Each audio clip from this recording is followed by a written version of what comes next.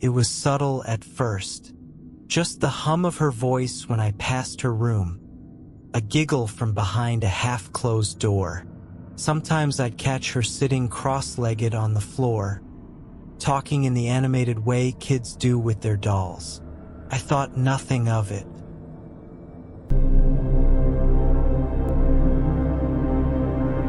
Welcome to Dark Reddit, your late-night escape into eerie calm. I'm Alex, your voice in the dark and your guide through the unknown. This is podcast 23, 2 hours descent into whispered stories and sleepless stillness. Tonight, we drift through chilling tales unearthed from Reddit's darker corners. Stories of strangers, shadows, and things that don't stay buried. Before we begin, find a quiet place, dim the lights, take one deep breath, and close your eyes. You don't need to watch. You only need to listen. You're safe here. Let the night begin.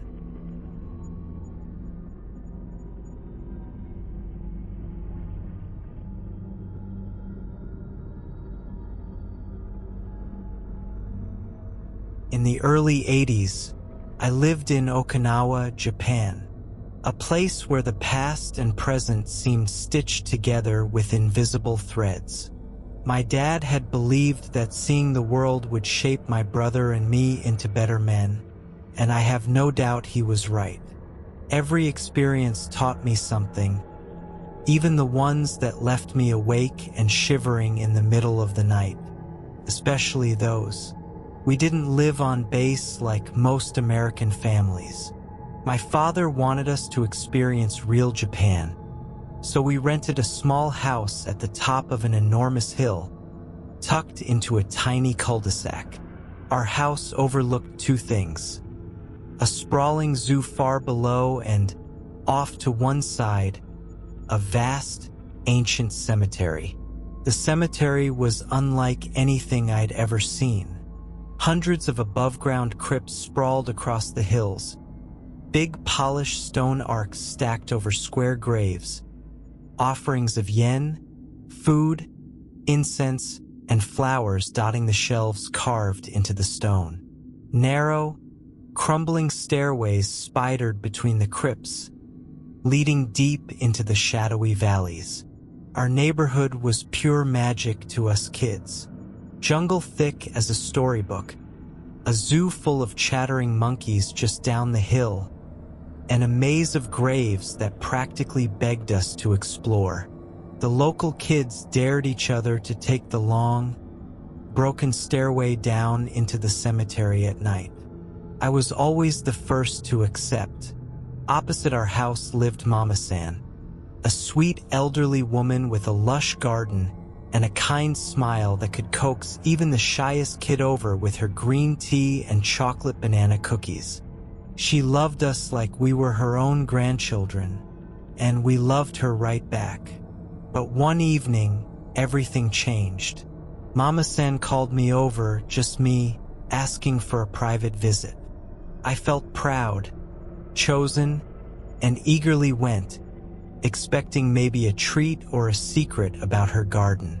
She led me to a carved wooden bench at the back of her property, where the view swept down the cemetery valley and across to the next hill.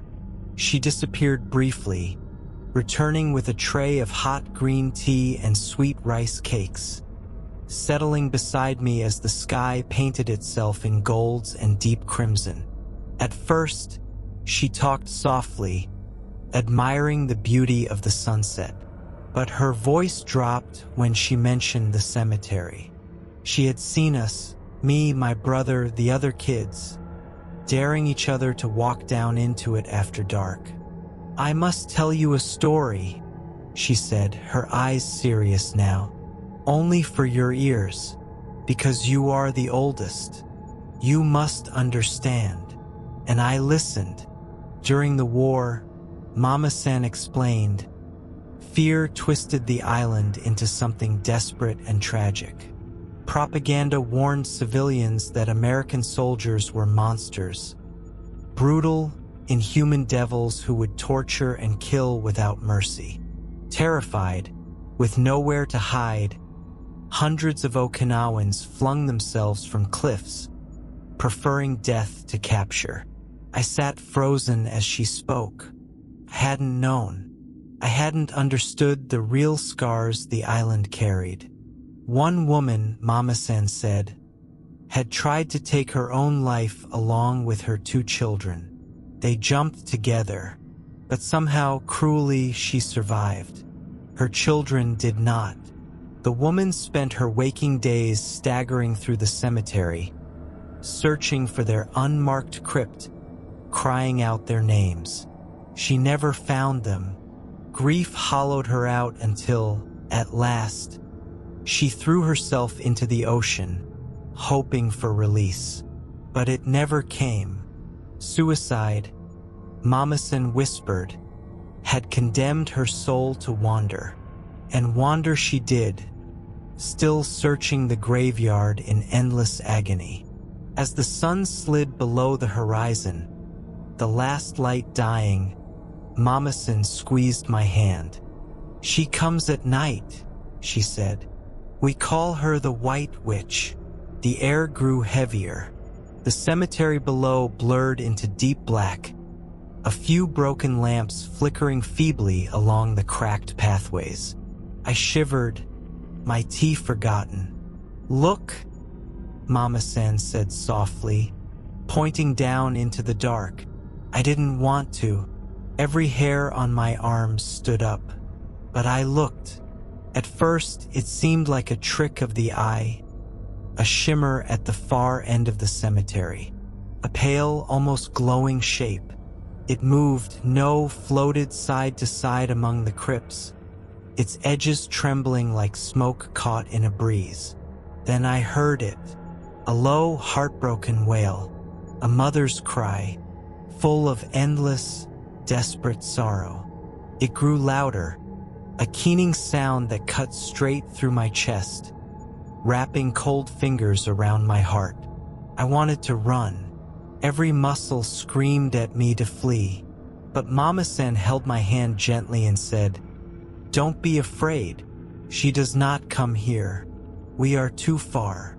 Still, I couldn't tear my eyes away as the white figure drifted closer and closer, moving with the agonizing slowness of a wounded soul. "She hates being called White Witch," Mama-san said, voice soft. "It angers her. It is better to pray for her. Hope she finds her children." I nodded stiffly, mouth too dry to speak. The crying faded as the figure veered away, disappearing behind a hill of crypts. That night I couldn't sleep. Every creak of the house, every moan of the wind sounded like her crying. And I never stepped foot into that cemetery after dark again. Years later, I visited Peace Prayer Park, what had once been called Suicide Hill. I stood there, heart heavy, overwhelmed by the endless names etched into stone, the sadness still alive in the air. Tears streamed down my face as I prayed for forgiveness, for the ignorance, for the fear, for all the lives lost. So many Japanese people came up to us that day, smiling, welcoming, sharing their stories. They embraced us, even with the weight of history between us. I didn't feel worthy. I still don't. But I do wonder sometimes if she's still down there, still searching, still crying, still waiting for the day she can finally find her way home. And if I ever return to Okinawa, I don't think I'll visit that cemetery at night. Some cries you just don't ever forget.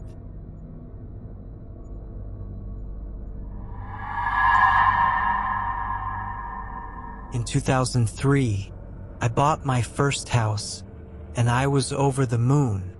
It wasn't anything fancy, just a modest place on a quiet, tree-lined street, but it was mine.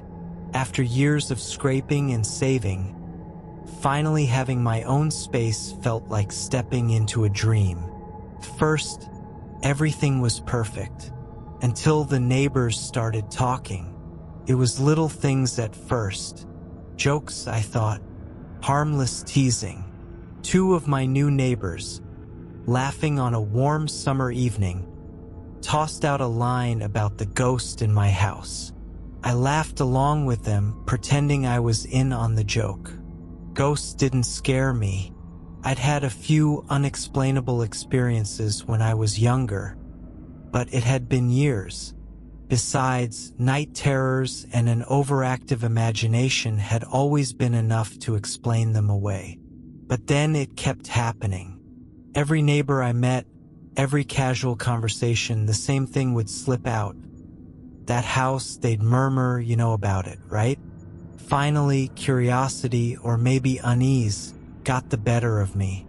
I asked an elderly woman down the street, a kind soul who always had a gentle word and a plate of cookies for anyone who passed her porch. I trusted her. She wouldn't mess with my head. She didn't laugh. She didn't smirk. She just nodded and said, "You deserve to know." The previous owner, she explained, had bought the house but never moved in. Night after night, she heard footsteps, sobbing. She caught glimpses of a man sitting at the kitchen table, blood covering his body. She abandoned the house, convinced it was haunted. One neighbor, who had helped renovate the place before I bought it, claimed he was putting up drywall when he felt something lift his dreadlocks off his shoulders, like a hand gently tugging upward. He left the house that day and never went back. It rattled me, sure, but still, a part of me refused to fully believe it. Ghost stories are easy to tell, memories easier to warp over time. Then came the video store. One afternoon, I stopped by a small local shop to rent a movie. I filled out the usual paperwork, listing my name, address, and credit card information. When the owner glanced at my form, her eyes widened. "Oh my God," she breathed. "You live in that house?" I tensed. "What do you mean?" And that's when she told me. A former employee of hers had lived in my house. He had moved in with his partner, full of hope and excitement. It was the early 90s, a time when being openly gay could still cost you everything. The man had called his mother to invite her over and, finally, to come out to her officially. But she already knew. Buying a house with another man was too much for her to accept. Over the phone, she disowned him. That same week, a letter arrived from an HIV testing center. He had tested positive. Back then, an HIV diagnosis was a death sentence. Devastated, hopeless, he sat at the kitchen table, my kitchen table, ate a bowl of cereal, and took his own life with a revolver. The house became a crime scene sealed off with police tape. The weight of grief never really left. The store owner told me that since then, strange things happened both in the house and in her shop. Videos flying off shelves, objects lifting, floating, falling. I listened to her story, feeling something heavy settle in my chest. I remembered the nights I thought I heard footsteps, the soft clinking of a cereal bowl, the sound of sobbing. I didn't eat cereal. I had never owned a box of Cheerios. I remembered something my grandmother had once told me. When the dead come to you, they want something. Perform an act of charity in their name. Pray for them. That night, I lit a single candle and sat at the kitchen table, just as he had once done. I spoke aloud, not demanding, not commanding, just offering. "I will pray for you," I whispered, "each night. I'll say a novena for your soul. I chose Saint Anthony, the patron saint of lost things, lost souls. 9 nights of prayer. Each evening, I would sit, candle flickering in the dim kitchen, reciting the novena, hoping that somewhere beyond the veil, he could hear me. On the 9th night, something happened. The sobbing started low, so soft I thought it was the wind. Then it grew louder, rawer, filled with such anguish that tears sprung to my eyes. The kitchen air turned heavy, thick with sorrow. The sounds of hyperventilating breathing filled the room, as though someone fought for breath between sobs. I didn't run. I didn't flinch. I sat there, candle burning low, and I listened. It wasn't evil. It wasn't trying to frighten me. It was grief. It was despair. It was a soul crying out for something it never had in life. Peace, forgiveness, love. For 45 days, I continued my prayers. I had a mass said in his name. I lit candles and remembered him, not as a story, not as a ghost, but as a person. The house changed. Little by little, the heaviness lifted. The footsteps grew quieter. The sobbing faded. The presence that sometimes stood beside my bed felt lighter, calmer, more at peace. It still happens now and then, a soft brush of air, a feeling that someone watches over me, but not with sadness. Not anymore. Some houses whisper, some houses cry, and sometimes they heal if you're willing to listen.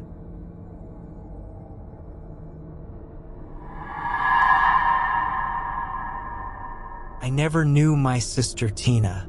She passed away when she was just 5 years old, a full year before I came into the world. I grew up in the shadow of a sister I never met but always felt around us, hovering quietly in the background of our lives. My ma'am, especially, stayed connected to her in ways I never fully understood. Tina wasn't a memory to her. She was still family, still part of our home, a bond that no amount of time could break. There are so many stories I could share, little moments that made the hair on my arms stand up or filled the room with an impossible warmth. But this one makes me laugh now.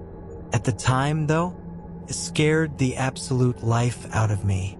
It happened when I was in my 20s, living at home to save a bit of money while trying to figure life out.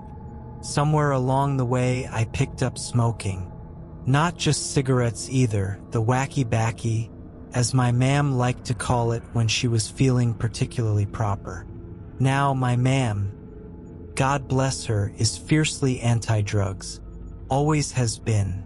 Even the sight of a cigarette could set her off on a tirade about throwing your life away. So I was careful, very careful.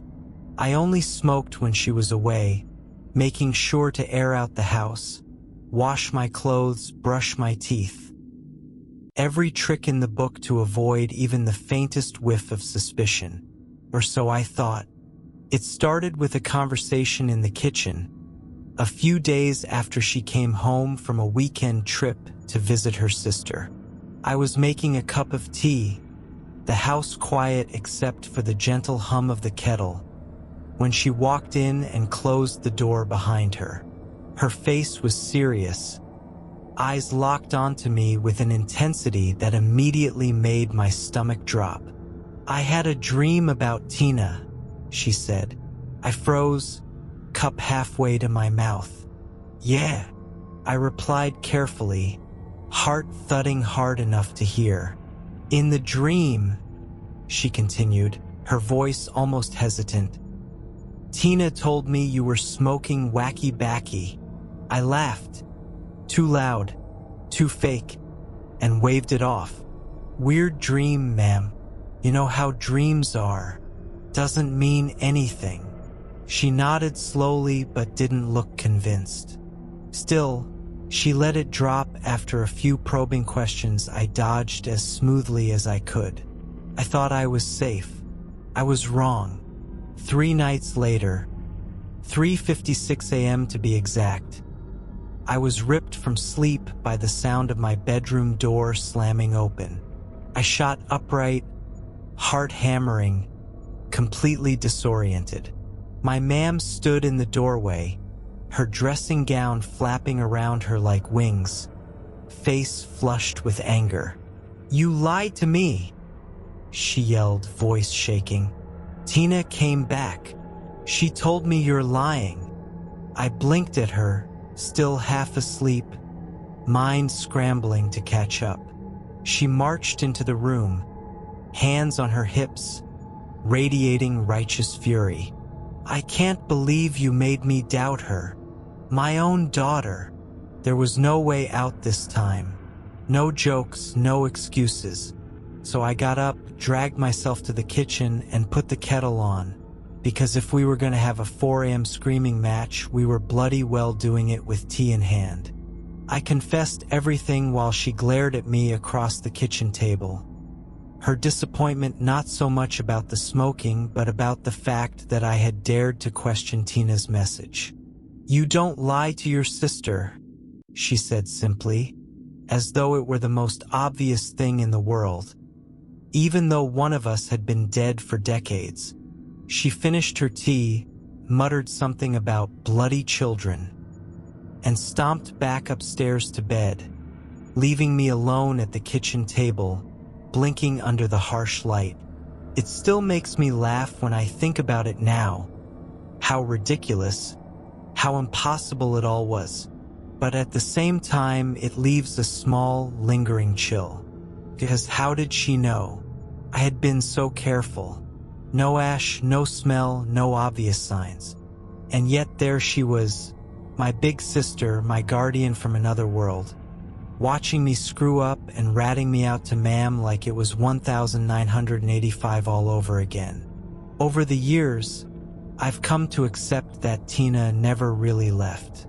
She's in the creak of the stairs, the sudden scent of flowers in a closed room, the warmth that wraps around you when you're feeling low. She's family. She's still the big sister, making sure I don't get too far off course. And apparently, she's not afraid to tell on me when I do. So, lesson learned. You can hide things from your parents. You can hide things from your friends. But you can never hide things from a nosy, all-seeing big sister, not even if she's dead.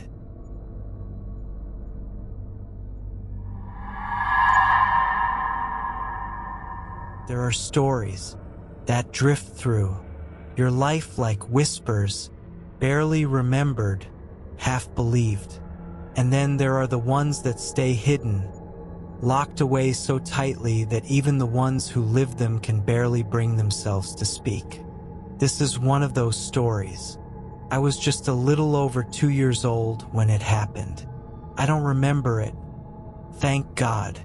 But when my mother finally told me the story decades later, just before my wedding, her voice dropped into a whisper by the end, and her face went sheet white. My mother, this woman who is incapable of talking quietly about anything, looked like she was reliving a nightmare she couldn't wake up from.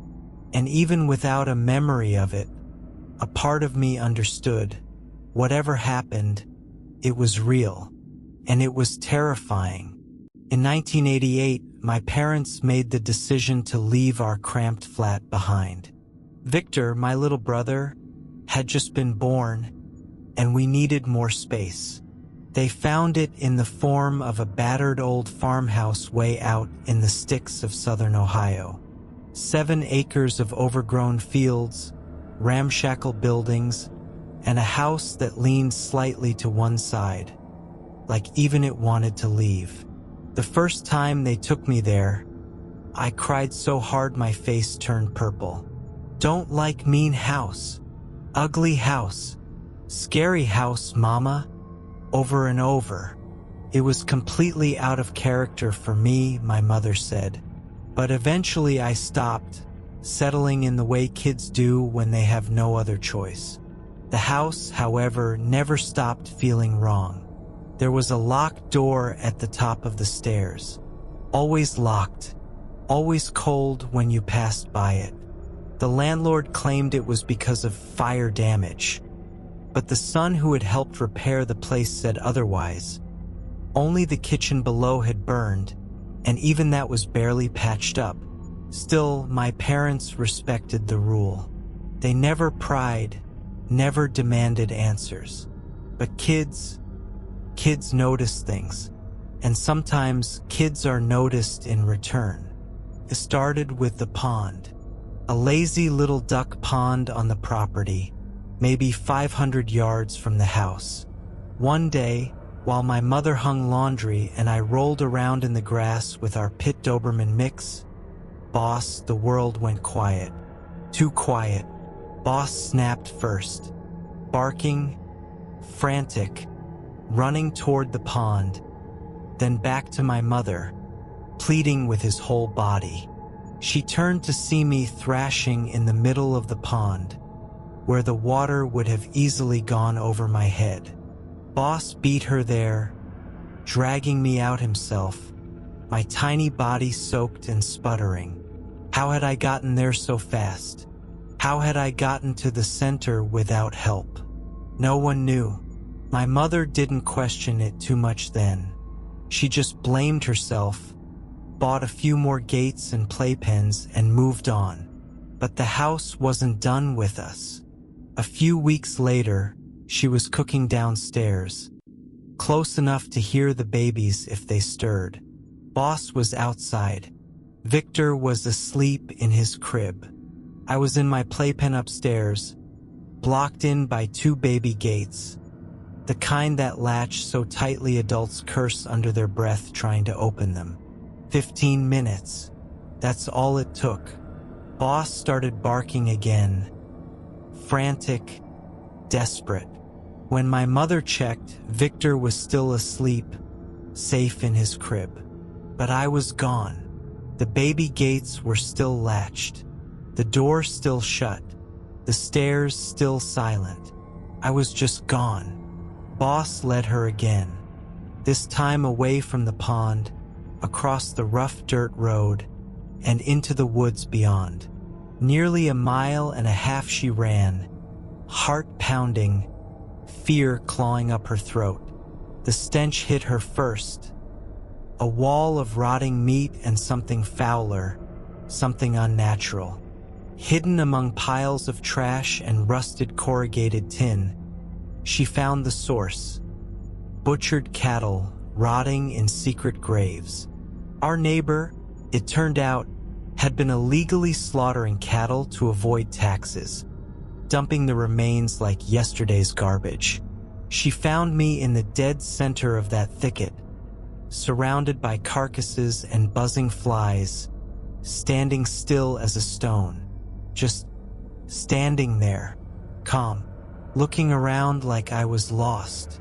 When she asked me what had happened, how I'd gotten there, I told her with the solemnity only a toddler can muster. The children brought me.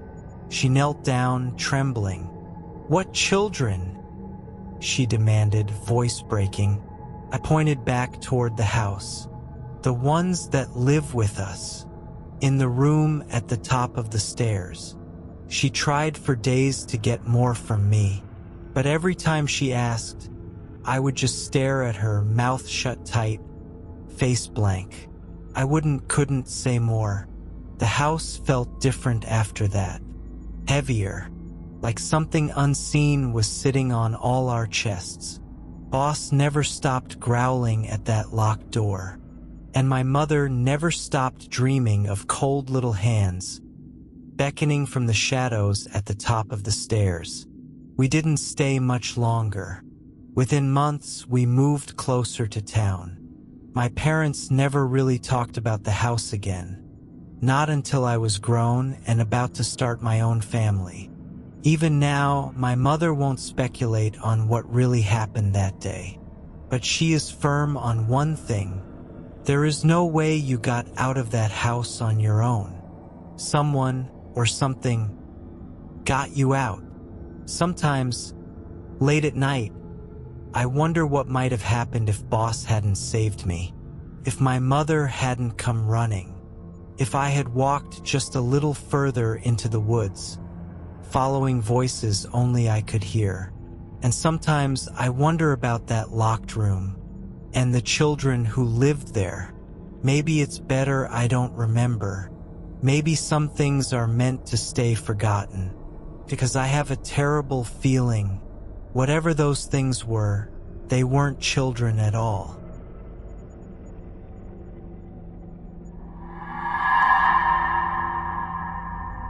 In my 42 years as an RN, I witnessed many things that medicine alone couldn't explain, but none stayed with me the way this one did.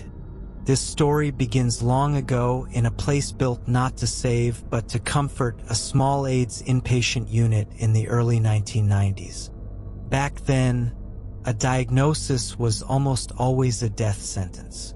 Treatments were scarce, and the world was still learning how to speak about the disease without shame or fear. In the middle of that, I met her, a mother, young, beautiful, and stronger than anyone should ever have to be. She was terminal, like almost everyone we admitted, but she wasn't alone. Her husband and their 18-month-old son were also sick, infected through the cruel accidents of love and trust.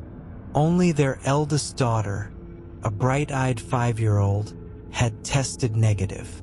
She was supposed to be the lucky one, the survivor.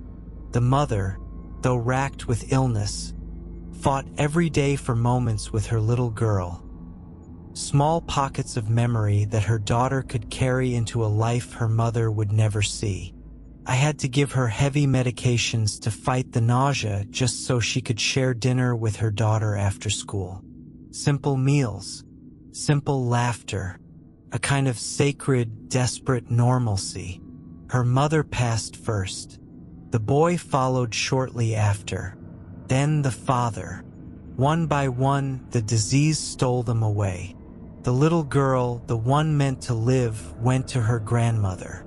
And I left that unit when it was closed, another casualty of funding cuts and shifting tides. Still, I carried them with me. Years later, I found myself working nights in a pediatric hospice, a small, peaceful 10-bed facility where time was measured not in years but in precious, flickering moments. One evening, I came on shift and was told we had a new patient, a little girl with AIDS. As they spoke, something in me tightened. A thread pulled taut inside my chest. When I stepped into her room, I froze. The grandmother sitting by the bedside turned, her face worn and familiar, and in the bed, it was her, the little girl who was supposed to survive, the one who had tested negative all those years ago. The testing had been new then, flawed. At some point, quietly, cruelly, she had seroconverted. I swallowed the ache rising in my throat and got to work. This was what hospice meant. Not just easing the body's suffering, but honoring the life that still flickered inside. That first night, as I adjusted her for, she looked up at me and said matter-of-factly, "You can let Oscar in now." I frowned. Her grandmother glanced up, puzzled. "We don't have a cat, sweetheart." But the little girl just pointed at the glass door leading to the small outdoor patio. "Oscar's waiting," she said, almost against my better judgment. I crossed the room, opened the door, and in slipped a black cat. No collar, no hesitation. He leapt onto her bed and curled himself tightly against her, purring so loudly it seemed to fill the room. The grandmother stared in stunned silence. We didn't question it. We didn't call animal control. We simply let Oscar stay. Night after night he came. He would arrive sometime after sunset, slip into her room with the ease of a lifelong companion, and lie with her until morning light. He never visited other patients, never wandered the halls, only her. There was something about that cat that made my hair stand on end. Not in fear, but in awe. I remember sitting by her bed one night, watching Oscar's slow, steady breathing. "You're not a real cat, are you?" I whispered. Oscar opened one eye, fixing me with a gaze far too ancient, far too knowing. And somehow I knew I was standing in the presence of something sacred, pure love woven into fur and purrs. The night she died was calm. No alarms, no sudden struggles, just a slow, soft fading. Oscar stayed curled against her side until just after midnight. Then, as if hearing a call only he could hear, he stood, stretched, and slipped out through the door into the night. We never saw him again. Sometimes I wonder, was Oscar her mother, come back to lead her daughter home? Was he an angel, sent to guide the last ember of a beautiful family into the next world? Or was he something even older and deeper, love itself, given shape for just a little while? I don't know. I don't think I'm meant to know. What I do know is this. I was there the day each member of that family left this world. I was a witness to their love, their sorrow, their grace. And in some small way they changed me, made me a better nurse, made me a better person. It's been over 30 years now, and not a day passes that I don't think about them. When my time comes, I hope someone like Oscar will be waiting for me, silent, steady, ready to guide me home. Until then, I'll carry the memory of that little girl, her brave mother, and the black cat who taught me that sometimes love really is strong enough to break through even death itself.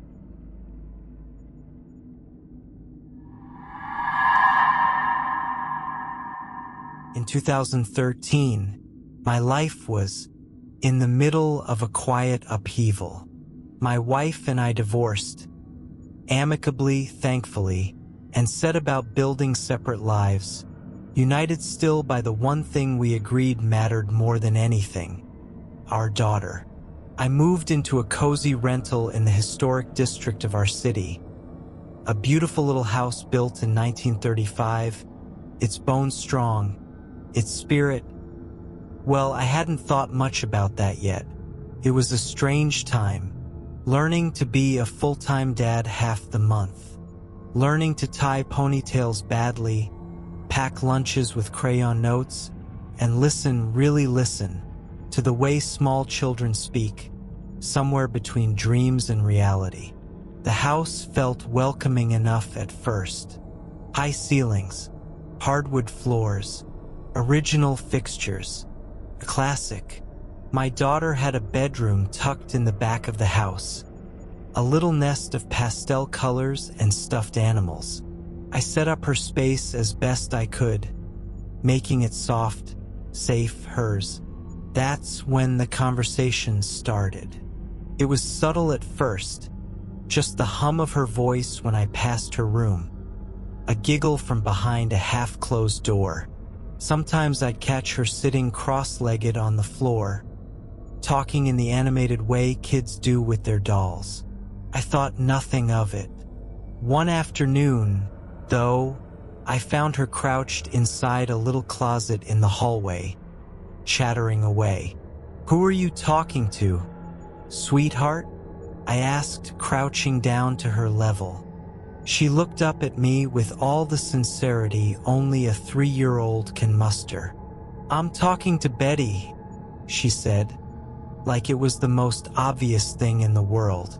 Something about the way she said it made the back of my neck prickle. I hadn't heard that name from her before. We didn't know any Bettys. She was too young for that to be a character from a show or book she watched. Still, I brushed it off. Kids have imaginary friends all the time. And besides, after everything the year had thrown at us, I didn't have the energy to be spooked by a name. That night was like any other. I bathed her, got her into her favorite pajamas, and sat her between my knees while I tried to wrestle her hair into something passable. Brushing it out was a nightly ritual now. No fancy styles, no hair ties, just a basic run-through to keep the tangles away. I kissed her forehead, tucked her in, and closed the door halfway behind me. Nothing seemed out of place until the next morning. Her mother came by early to pick her up. I heard the front door open as I was pouring coffee, heard the soft sound of my ex's voice moving through the house. A beat later, "Wow, you did her hair? It's adorable." I blinked. "What are you talking about?" She waved me down the hall, a proud grin on her face. We stepped into my daughter's room, and there she was, sitting up in bed, sleepily rubbing her eyes, with two perfect French braids neatly woven into her hair. Perfect, tight at the scalp, cascading into even, glossy plaits. The kind of braids I had neither the skill nor the patience to manage. "I didn't do that," I said slowly. My ex laughed at first, thinking I was playing dumb, until she saw the genuine confusion on my face. "Seriously," I insisted. "I brushed it last night. That's it. I don't know how to braid like that." We turned to my daughter, still blinking drowsily. "Sweetie, who did your hair?" her mom asked. My little girl smiled brightly, the way kids do when they're proud of something special. "Betty did it," she said. The room went silent. There's a kind of quiet that falls when you realize you're standing inside a story you don't want to believe.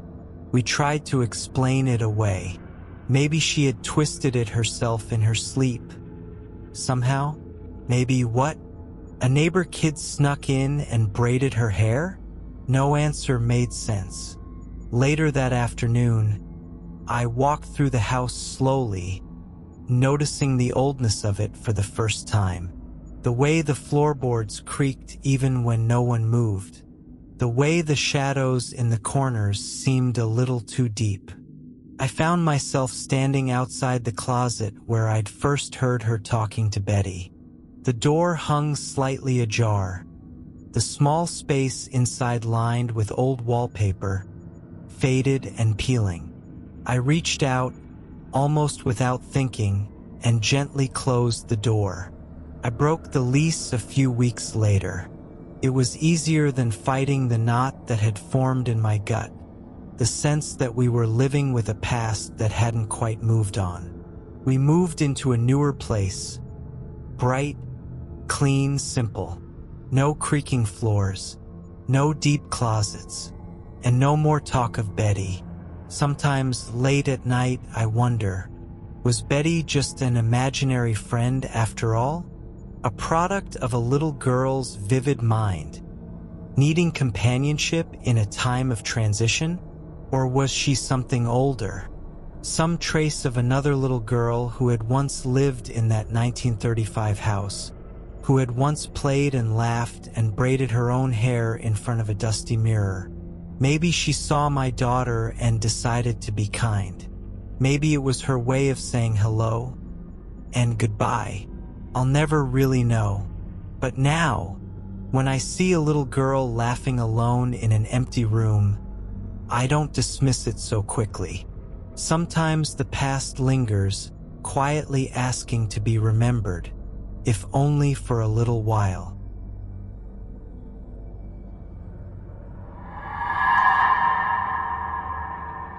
The year 2020 was a blur of fear and isolation for everyone. For me, it was the year I gave birth, alone except for one person allowed in the delivery room, thanks to COVID restrictions. The birth hadn't gone the way I'd imagined.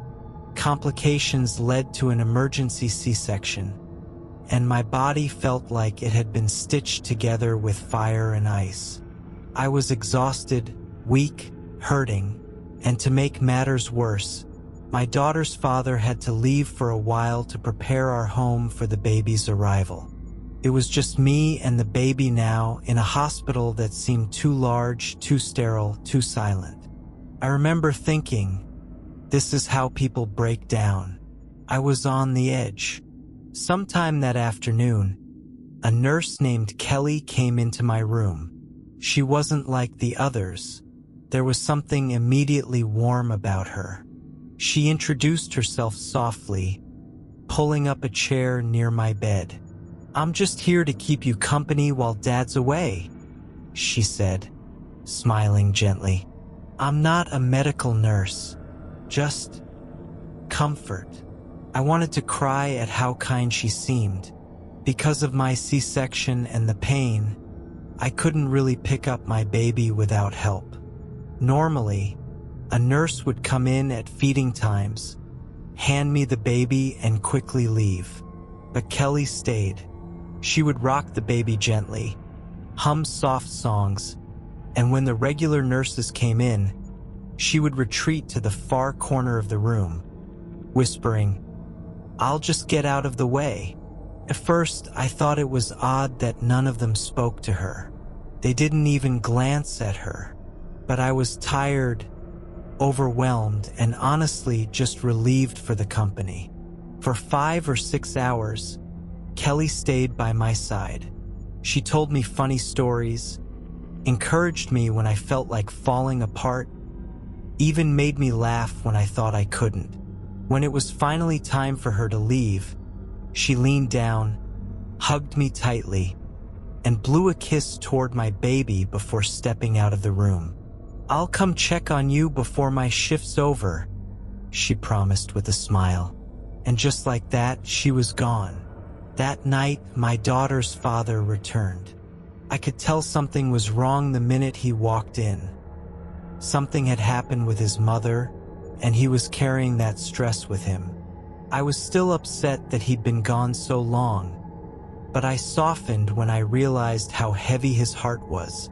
Trying to make things lighter, I smiled and said, "It's okay." Kelly kept me company. As I said her name, my nurse, who was busy changing my sheets, froze. "Who's Kelly?" she asked carefully. I explained. The sweet nurse who had stayed with me all day, the one who helped with the baby, the one who kept me from crumbling. My nurse looked at me like I had said something dangerous. "There's no one named Kelly working today," she said slowly, "and no one else has been in your room besides me and the pediatric nurses." My stomach turned to ice. Instantly, my mind raced to news stories, those terrifying cases where people posed as nurses to snatch babies. Was I one of those stories now? But my nurse was calm. She explained that, with my medication and exhaustion, it was possible I had hallucinated. She promised to tell the doctor just in case. The doctor agreed later. Stress, painkillers, trauma. It could all brew into a kind of waking dream. But it hadn't felt like a dream. Kelly had felt real was real. Hours later, a different nurse came into my room. I hadn't seen her before, but she had a nervous kind of smile on her face. "I know this might sound crazy," she said, almost whispering, "but everyone on the floor is talking about you seeing Kelly." Relieved that someone believed me, I smiled and launched into everything. How Kelly had stayed with me, comforted me, how real she had been. The nurse smiled sadly, pulled out her phone, and showed me a picture. It was old, early 2000s maybe, Two young women in hospital scrubs, arms linked, laughing at the camera. I gasped. There she was, Kelly. The same warm face, the same kind eyes. "You're not crazy," the nurse said, voice thick with emotion. "That's Kelly. She died over 10 years ago." I stared at her, too stunned to speak. She sat down on the edge of my bed, tears brimming in her eyes. "She was my best friend," she said. "Kelly was everything good you can imagine in a person. She died in a domestic violence incident with her boyfriend. Tore this whole floor apart. None of us ever really healed from it." We sat there in silence, two women connected by grief and something bigger, something unseen. "Now I know she's okay," the nurse whispered, hugging me tightly, and I hugged her back. Since that day, I've thought about Kelly more times than I can count. Why did she come to me? Was it because she saw someone who needed the comfort she had always given so freely? I wish I could see her again, to say thank you, to tell her how much she mattered. But maybe somehow she already knows. Some angels wear scrubs. Some still answer the call even from the other side.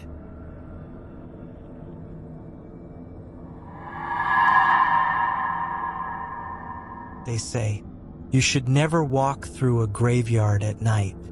But no one ever told me what to do if you had no other choice. It started with a few too many drinks, the kind of night you can only have in Denmark, where beer is practically woven into the culture. I wasn't planning on anything crazy, just a simple night out with friends, blowing off steam after a long week. But when one buddy had clearly crossed that invisible line between buzzed and I should not be allowed outside, I volunteered to walk him home. Seemed like the right thing to do. After he was safely tucked away, I turned to head back toward my own place. That's when I saw the graveyard. In the daytime, it was beautiful old, crooked stones, moss-covered angels, flowers left by loving hands. At night, it was a different world entirely. Darkness clung to the trees. The wind whistled through broken iron fences. The kind of place where you suddenly remember every ghost story you've ever heard. I stood at the entrance for a long minute, holding my almost full beer in my hand. Shortcut, I told myself. Just a peaceful little shortcut. What's the worst that could happen? The first few steps weren't bad. Just the crunch of gravel under my boots, the beer cold in my hand, and the full moon overhead. But the deeper I went, the more it changed. The shadows thickened. The air grew heavier, colder. Not like the crisp chill of a winter night, but a kind of damp, suffocating cold that wrapped itself around your spine. I tried to keep my head down, pretend like I didn't notice how the gravestones seemed to lean just a little closer, or how the trees seemed to whisper things just out of earshot. The fear started small, just a flutter in my chest, but it grew fast. I began to imagine things, figures standing just behind the stones, faint footsteps echoing mine. The feeling, that terrible primal certainty that I was not walking alone. That's when the idea hit me. In Denmark, there's an unspoken rule. When someone says, "Skål," cheers, you answer back. It's considered rude, almost taboo, to ignore it. I looked down at my beer, still sloshing gently in my hand. If there are spirits here, I thought, maybe they're just waiting for someone to be polite. I lifted my can high and turned to the nearest gravestone. "Cheers," I said, voice trembling just a little. Silence. I turned to another. "Cheers," I repeated. giving a little nod of respect. Still nothing, but somehow the crushing pressure in my chest eased a bit. So I kept going. Every few steps, I'd raise my drink to a different stone. Cheers! Cheers to you. Cheers, mate. Even the ones with worn-out names and dates so old you could barely read them felt ridiculous, absurd even, but strangely right, because every time I said it, every time I offered that tiny bit of acknowledgement, the dark didn't feel quite so thick. The eyes I imagined in the shadows seemed to blink away. The heaviness lifted just a fraction. Halfway through the graveyard, my beer was almost gone. I realized that I wasn't scared anymore. The fear that had been clinging to me like a second skin was draining away with each cheerful toast. Was it the alcohol? Maybe.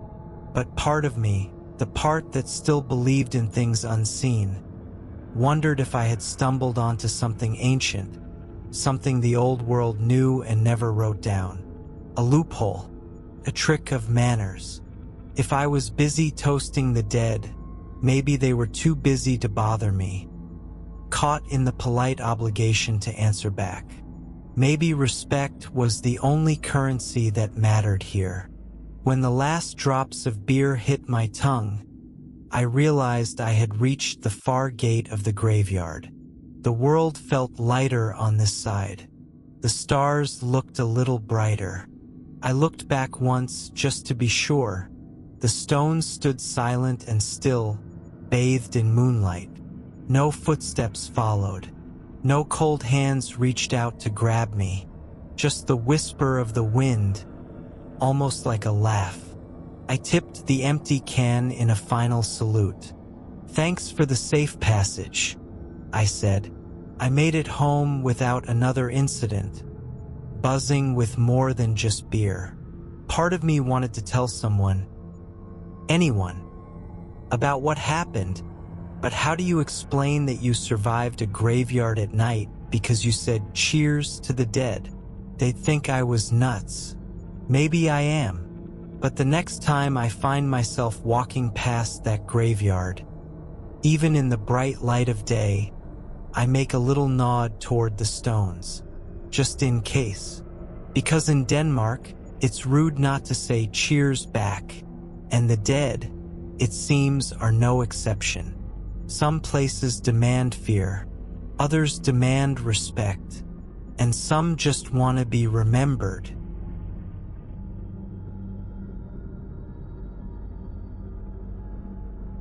You've made it through the hour.